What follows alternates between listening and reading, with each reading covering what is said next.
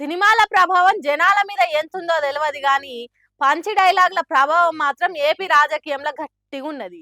DJ పాటలల్లో గప్ప గప్ప గుద్దే మ్యూజిక్ల తీరుగా ఇప్పుడు రప్ప రప్ప నరుకుతా అనే డైలాగ్ ఏపీ రాజకీయాలను జప్ప జప్ప నడిపిస్తున్నది.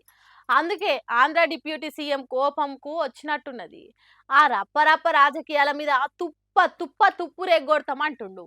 ఇనుండ్రి పవన్ కళ్యాణ్ పంచి డైలాగులు ఎట్లున్నాయో. రోడ్ల మీదకొచ్చి బ్యానర్లు పట్టుకొని గొంతుకులు కూసేస్తాం. సినిమాలు చెప్పడానికి చాలా బాగుంటాయి ఇవి. నేను సినిమాల నుంచి వచ్చిన వాడిని. సినిమాలు చెప్పడానికి చాలా బాగుంటాయి. నిజ జీవితంలో నమ్మి మోసపోకండి. కాలు మాలి మక్కిలు ఎరగొట్టి కింద కూర్చోబెడతా. జాగ్రత్త, పిచ్చి వేషాలు వేయకండి ఎవరు కూడా.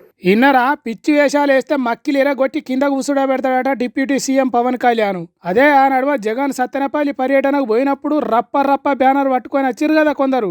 అగో దాని మీద ఇట్లా మాట్లాడిండు ఉప ముఖ్యమంత్రి.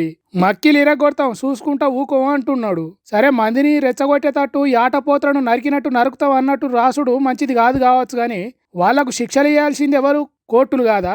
అయినా మక్కిలు ఇరగొడతామనుడు ఏంది? ఒక మనిషిని కొట్టే అధికారం రాజ్యాంగం ప్రకారం ఎంతటి మనిషికైనా లేదు. కానీ మక్కిలు ఇరగొట్టుడు ఏంది? అట్లా మక్కిలు ఇరగొట్టాలనుకుంటే మీ పార్టీ కార్యకర్తలు నీ ఫ్యాన్స్ చేసిన ఈ రంగం చిన్నగా ఉంటుందా? వాళ్ళ దాకేందుకు? మీరు మైకు పట్టుకుంటే ఎట్లా ఊగిపోతారో ఒక్కసారి యాది చేసుకోండి. తొక్కి పట్టి నారదీస్తా, ఒక్కొక్కరిని రోడ్ల మీద ఉరికించుకుంటా కొడతాం, భీమ్లా నాయకు ట్రీట్మెంట్ ఇస్తాం, కాళ్ళు కీళ్ళు ఇరగొట్టి లోపటేస్తాం అనే డైలాగులు ప్రతిపక్షంలో ఉన్నప్పుడు ఎన్నిసార్లు చెప్పలేదు?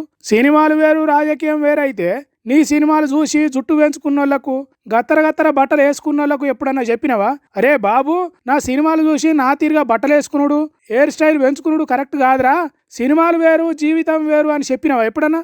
అంటే తన దానిక వస్తే తత్వం బోధపడదన్నట్టు నువ్వు అధికారంలో ఉన్నందుకు సినిమా డైలాగులు ప్రతిపక్ష పార్టీ వాళ్ళు పెట్టినందుకు మక్కిలు ఇరగొడతా అంటావా? ఇదెక్కడి న్యాయం పవన్ కళ్యాణ్ అని అంటున్నారు. రాజకీయాలను సినిమా డైలాగుల వ్యవహారాలను చూస్తున్న ఏపీ జనాలు.